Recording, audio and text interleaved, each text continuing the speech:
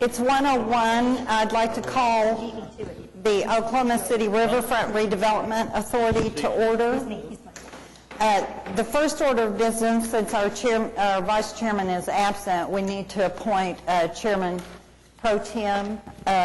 Is there a motion? I make the motion that Mr. Miles be appointed. Thank you. Motion and a second. All those in favor, please vote. Motion approved unanimously. Okay, very good. First item we have is we have a new member on the River Trust, and Mike Voorhees is joining us as a surrogate for the mayor. So, Francis, if you would issue the oath of office, please. It would be my honor. Okay, raise your right hand, place your left hand on the Bible, and repeat after me. I state your name. I, Mike Voorhees, Do solemnly swear do solemnly swear that I will support, obey, and defend that I will support, obey, and defend the Constitution of the United States the Constitution of the United States and the Constitution of the State of and Oklahoma, the Constitution of the State of Oklahoma, and that I will not knowingly receive, and that I will not knowingly receive, directly or indirectly, directly or indirectly, any money or other valuable thing any money or other valuable things for the performance or non-performance for the performance or non-performance of any act or duty of any act or duty pertaining to my office, pertaining to my office, other than the compensation allowed by law. other than the compensation allowed by law. I further swear I further swear that I will faithfully discharge my duties that I will faithfully discharge my duties as a trustee as a trustee of the Oklahoma City Riverfront Redevelopment Authority of the Oklahoma City Riverfront Redevelopment Authority to the best of my to ability. the best of my ability. Congratulations. Thank you. Thank you.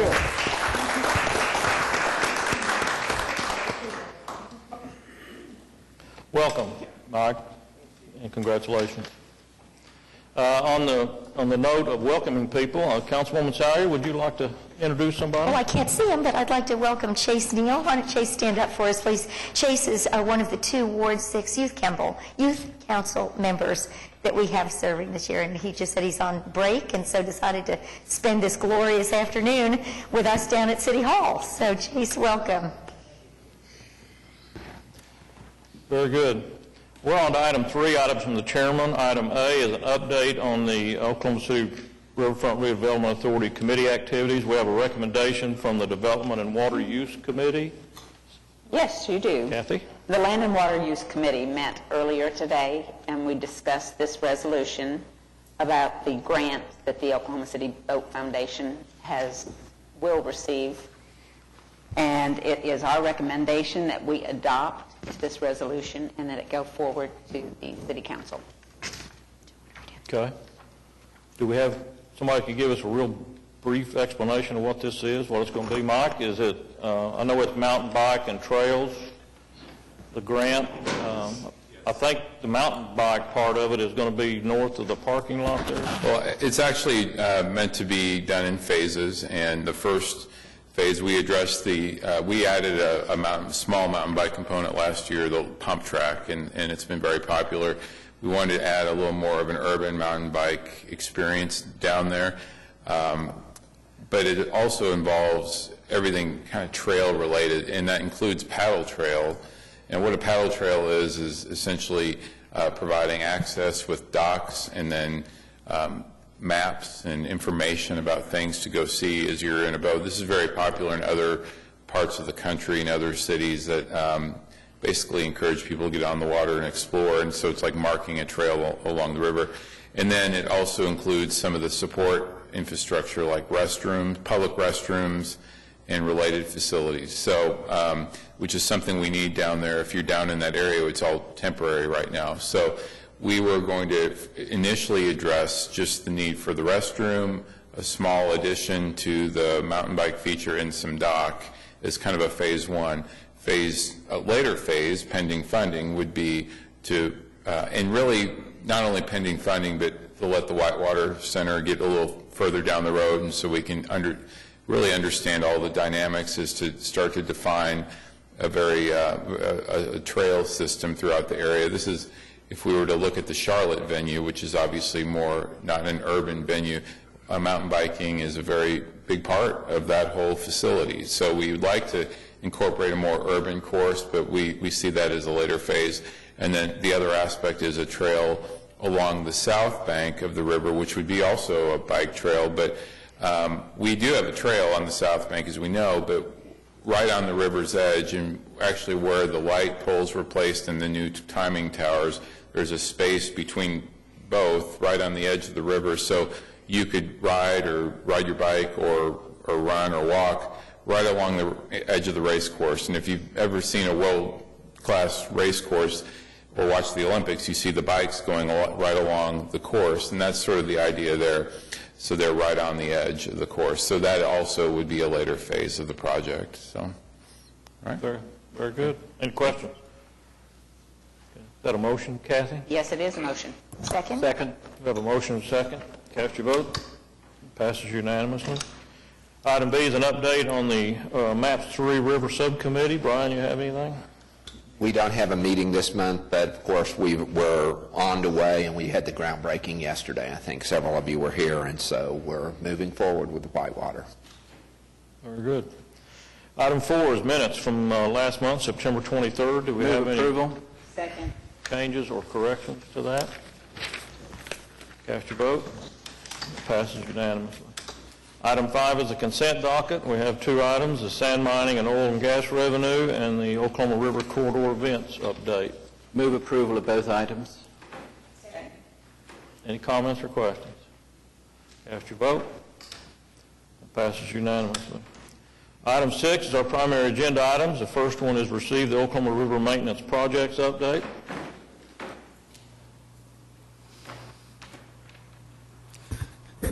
Afternoon, Mr. Chairman, trustees. We have 2 items on your report this month. The first item is an update on the hydraulic cylinder change-out at the May Avenue Dam. We missed this by about 24 hours. I don't know if any of you know, but at 1 a.m. on October the 1st, we had a hydraulic leak on one of the gates at the south end of the dam, and we lost the water in the May Basin. Fortunately, the river cruisers had just completed their full-length excursions the night before, so they were not impacted by that loss of water. On October the 2nd, we began the strutting operations. We've got some action photos here from the cylinder change-out. There you see the big crane on the south bank removing the cylinders. We actually had to add some to the landing area in order to get the crane to be able to reach out the full length to the middle of the dam. These are our street maintenance folks doing that work right there. Here you can see, I can't really see it here in the picture because it's kind of bright, but there you see one of the large hydraulic cylinders being put in place. And then in the upper left, you see our river crews underneath the dam supporting the hydraulic maintenance vendor, and we've got another photo there on the right. What we've done is we have totally replaced the 6 cylinders on the 3 southernmost gates on the May Avenue Dam. Those cylinders were immediately taken to the hydraulic vendor's facility over on I-35, and we have tentatively scheduled to have those back and to do this process all over again for the 3 gates on the north side of the dam the week of December 15th. That will complete a complete change out of all the cylinders on the May Avenue Dam. As a precautionary measure, we have gone ahead and put what we call the struts, which are physical structures that hold the gates in place on the other 3 gates on the northernmost dam to avoid what happened on October 1st, so we really don't have to worry about another loss of water in the May Avenue Basin. These cylinders on May were the original cylinders that were installed over 10 years ago and had not had any maintenance, and we figured if we had a loss of one, that the potential was there, even though we've got 6 new cylinders on the south end we wanted to avoid another occurrence of that, so as a precautionary measure, the 3 gates in the north end are now strutted, so just in case we spring a leak, we don't run the risk of losing the basin again. So we anticipate this work to be completed by the end of the week of the 15th of December, and we'll have 12 totally new cylinders on the May Avenue dam structure. Will that complete all of the dams? That will, there are 2 gates on the Brum Dam that have had the cylinders changed out, but we've got a minor leak on 2 of them. It's not like the hydraulic fluid's just flowing out, but we've got minor leaks, and as a precautionary measure there, we have those 2 gates also strutted, and again, once we do the 3 north gates on May, we'll take the 6 cylinders to the hydraulic vendor, he'll upgrade those, and then 45 days later, we'll complete the 2 on Brum, and then we'll be totally finished with a complete change out of all the cylinders on all the dams. Mr. Chairman, I know nothing about dams, I know nothing about hydraulics, but just the statement that there has been no maintenance for 10 years seems to hit me the wrong way. I mean, I don't know how you maintain these things on a regular basis, but wouldn't there be something done within 10 years? There should have been maintenance done probably at a minimum every 5 years. I can't speak for those folks that came before me. I took over responsibility for the river about 6 years ago, and after we lost the first cylinder on the Brum Dam about 2 or 3 years ago, it became painfully obvious that we needed to really kick into gear with a very active, proactive maintenance procedure. And until now, you know, I think we've come a long way, but yeah, the cylinders on the May Dam, which was the last dam completed, had not had any complete overhaul of them. They had some seals changed out and some minor maintenance items, but as far as actually taking them off the dam structure, taking them to the shop, pulling them apart, doing a thorough inspection, they had not had that done. So will there now be a regular maintenance check on each? Minimum of every 3 years. Thank you. That's our plan. Thank you. So, Any other questions? the second item on the report also deals with the May Avenue Dam. Back in 2012, we engaged the city's structural engineer to do an inspection, a thorough inspection, and provide us a report on structural issues at all 3 of the dams. Given that the oldest one is 14 years old now, being out there in the environment, in the weather, you're naturally going to have some areas where you've got spalling concrete, you've got paint issues on the steel parts of the dam. So we engaged White Engineering back in the fall of 2012, about 2 years ago, to go out, thoroughly inspect all 3 of the dam structures, and they came back with a report, and in their report it included on each dam individually recommended structural repairs as well as painting. So what our plan is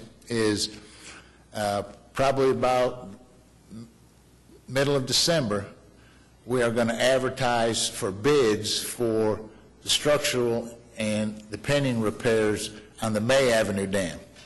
And it's our plan to award that contract probably right after the first of the year and have the work done in time to be able to re-impound the May Avenue Basin, because we've got to take the water down, because there's a lot of stuff that's under the water that is going to need to be repaired, and we want to get it back up in time for the river cruisers to start again in the spring.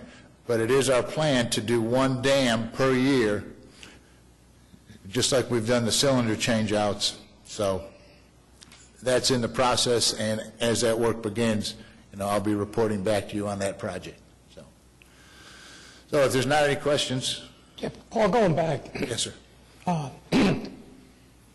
do we have a plan that should we lose water again, how to get the boats out of there and not have the boats high and dry? I mean, it seems to me, had the boats been up up by Meridian, when this thing happened that you're talking about in October, that boat or boats would have been high and dry. They would have been high, yeah. Do we have a plan on how to keep that from happening? There's a call-out procedure that we have that is, as soon as we get an alarm where we have either low oil or low water alarm, there's a call-out list that Mr. Sladen activates, and he calls everybody. He calls Mr. Knopp and his staff, he calls the River Cruiser staff, and, you know, they tell them, you know, this is what's happening, and this is what we need to do. And it's, you know, I wish it was a better answer, but depending on where the boats are moored, this time we were very fortunate because they were at Exchange, which is downstream of the May Dam, okay? And they were fine. But if it happens in May and they happen to be at Meridian Landing, that's probably the most critical incidents that we could see, because then they've got to come all the way back downstream, get through the lock, and get into the Western Basin where we've got water. So, but there is a published call-out procedure that as soon as we get an alarm like that, Mr. Sladen or Mr. Reese are on the phone notifying everybody who's on the call-out list as to what's happening, you know, the urgency of it, what they need to do. So, and that's been in place for a couple years. It would seem doubtful to me if we had a complete failure that the boats could get through the locks quick enough before the water ran out to fuel the locks. I don't know. It would seem like it would be a little iffy on whether, maybe you could get one out. I don't know whether you could get more than one out or not. Jeannie, it looks like you have an answer to that. Well, I thought I'd take a moment to explain that we have had an emergency where it's, you know, it's wee hours in the morning and the water's dumping, we're pumping hydraulic fluid, and as fast as we can, we run captains down there, and yes, we are able to get them through in time. There was only one occasion, I think, where we had to ground a boat at Exchange, but, you know, there have been maybe one, maybe two instances when the alarms didn't work, but that's very, very rare. And in most cases, yeah, because the water you're losing over the gate's the same water you need to fill the dam back, the lock back up after it empties on the other basin. Keep in mind, when we lose a basin, at least it's been our experience, you don't lose it like that. If you can keep enough hydraulic fluid in the system, at one time, I think it was last summer, we had a leak, and we were able to keep enough fluid in the system where even with the leak it was experiencing, we could bring the gate back up and get the struts in place and avert that type of situation. So it's not a 5-minute deal where they've got to get downstream. It could take several hours in order to totally drain the basin if you've got some type of situation that you can't recover from immediately. So, any other questions, Paul? But with this again, with the maintenance program that we've enacted, that's definitely the type of situation that we are definitely trying to avoid. That's why we're doing all this, so we don't have to scramble everybody at 2 o'clock in the morning. So. How deep does the water have to be for the boats to go through? And do you know approximately how long you have before the water gets too low and you can't transport the boat? Most of the river is 6, 7, in some places 10 feet deep. With just a captain and a deckhand on board, or in this case, we probably only need a captain, the draft is only 3 feet. And like Mr. Bronson said, it's really a pretty slow process for that to empty out. There has to be a missed alarm, or you know, you show up in the morning and it's empty, you know, which has only happened one time that I know of. Normally, we get the alarm, we have plenty of time to get down there, and in the case of the May Dam, the water's moving in our favor downstream to be able to fill that lock and to be able to move down to another basin. Now, if we had to go upstream, that would be a major issue. Yeah. The water is deepest by the dams. On the back side of the downstream side of the dam, that's where the water's the deepest. So if the boats are poised there and just waiting their turn to go through, we really don't have a problem getting them through in a timely manner. So, if anyone doesn't have any further questions, I'll request that the report be accepted as submitted. So Thank you. moved. We have a motion and a second. Cast your vote. Passes unanimously. Thank you. Thank you. Item B is to receive the quarterly Oklahoma River Cruisers update.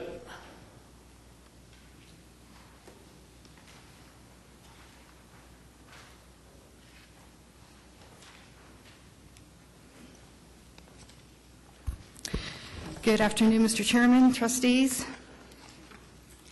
September was a good month for Oklahoma River cruises. While there were fewer riders on ferry service compared to September of 2013, the riders per service hour were up 36.6%. Staff attributes this to the reduced number of service hours that we actually operated. This saves us on costs and generates more revenue per rider. Overall, for the year-to-date, we're up 18% on service riders. In fact, we're averaging 10.38 for the year. Our goal is 10, so we're doing very well this year. Of course, besides reduced service hours, the work that the Public Works Department has done to keep the locks and dams in good working order has been a major contributor to the success of this season. While charters in September were down, charters year-to-date are up 56%. Charters are the largest contributor to our revenue, and specialty cruise ridership this year is right at par with 2013. We did not increase the number of specialty cruises, but we stayed on par with the number of riders that we had. October is Haunt the River. This event is the most popular specialty cruise, and it sells out every year well in advance. The Devon River Cruiser, as well as the landing at Exchange, has been decorated to enhance the experience, and it greatly contributes to the success of the event. This year, in particular, we've seen an increase in the number of people coming down for our kids Haunt the River on Saturdays. Previously, this has been kind of a so-so thing, but now it's attracting a lot of people, a lot of families to come down and ride the scary boat during the day on the river on Saturdays. With the season winding down, holiday charters offer our citizens unique experience on the river for holiday gatherings. For those who don't want to book a charter, ferry service on weekends provides the fully decorated boat for people, citizens and visitors, to enjoy the river, a unique Christmas holiday experience. And with that, we are working currently on 2015. We're finalizing schedules. We look at ridership, we look at planned maintenance activities, and we look at the marketing results to see what direction we need to go for 2015 to maintain that above 10 riders per service hour and to increase our revenue. And with that, I'll be happy to answer any questions. Any questions? Okay. Thank you, Dean. I need a motion to receive that report. Second. Cast your vote. It passes unanimously. Pat, receive the report on the quarterly meeting of the stakeholders. You got anything you want to add other than what's in there? No, sir. The report's in your packets. If there are no questions, would request that the report be received as submitted. Move approval. Any questions of Pat? Cast your vote. Passes unanimously. Thank you. Item D is to receive the unaudited interim financial statements for the period ending August 31st, 2014.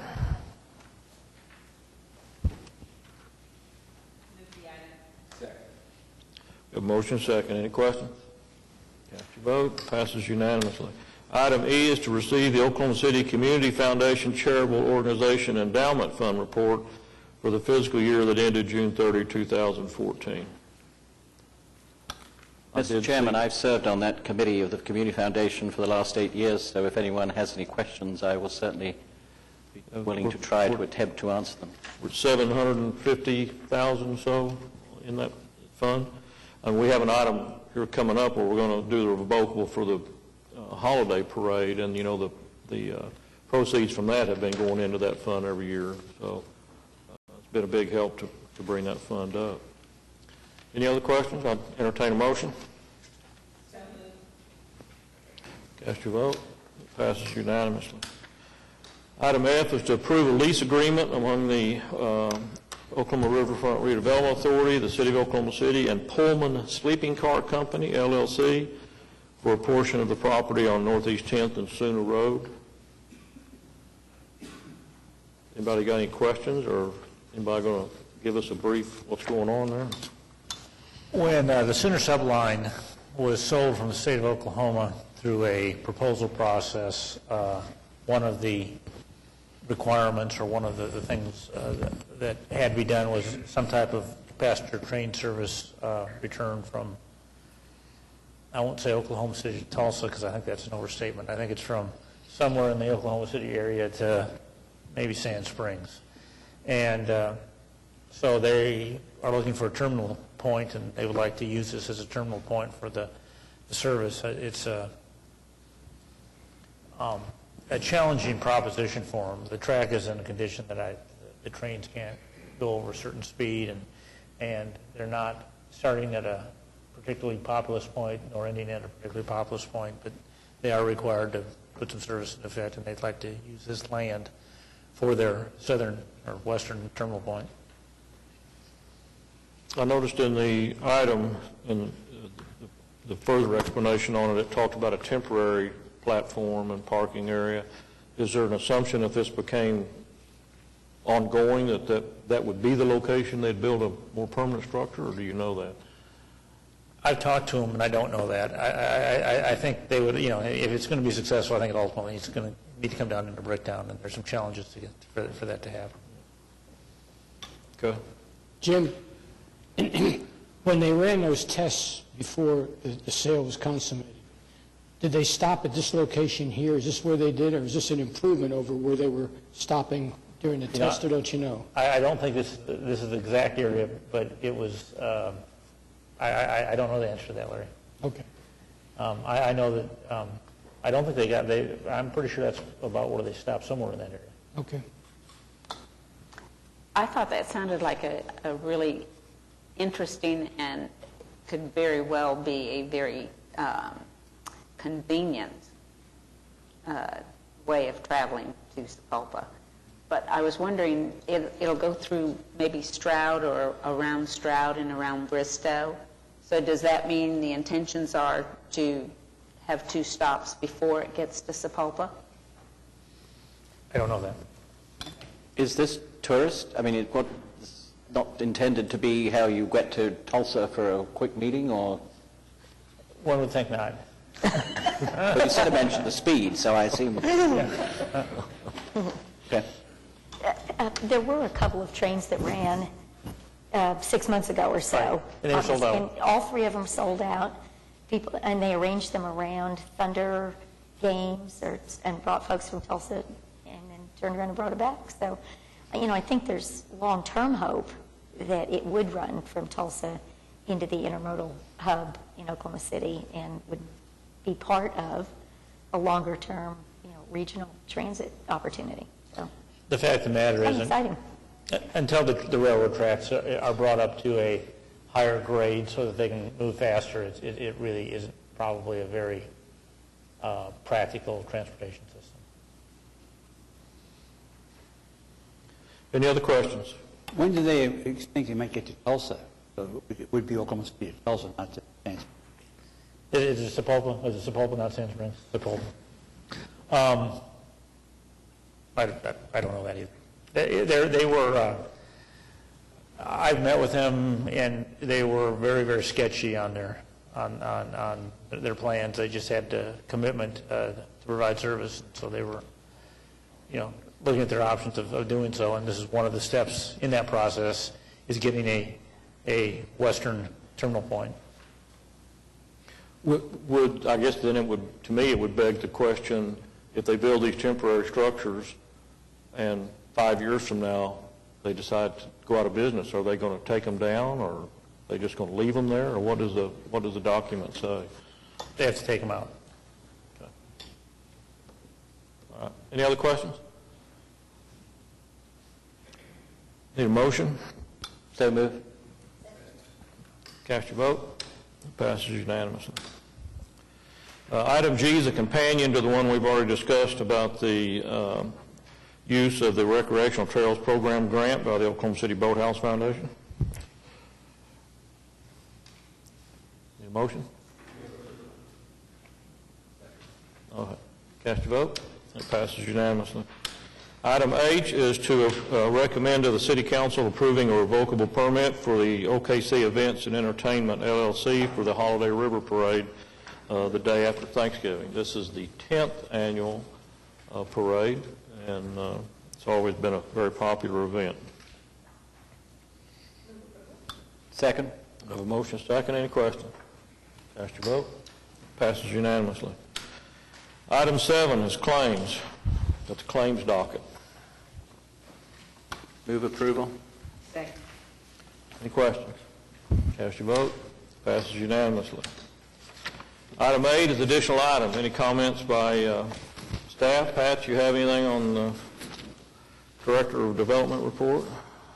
The report is in your packets. If there are no questions, would request that the report be received as submitted. Okay. Have a motion to receive that. Cast your vote. Passes unanimously. Thank you. Any other staff comments? Any comments by trustees?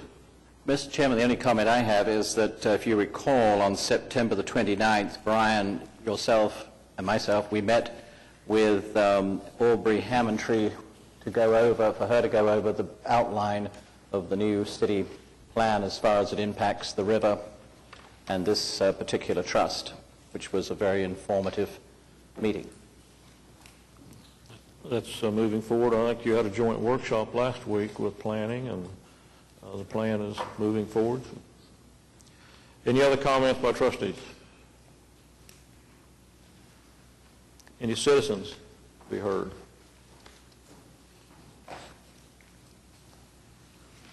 Very good. We are adjourned.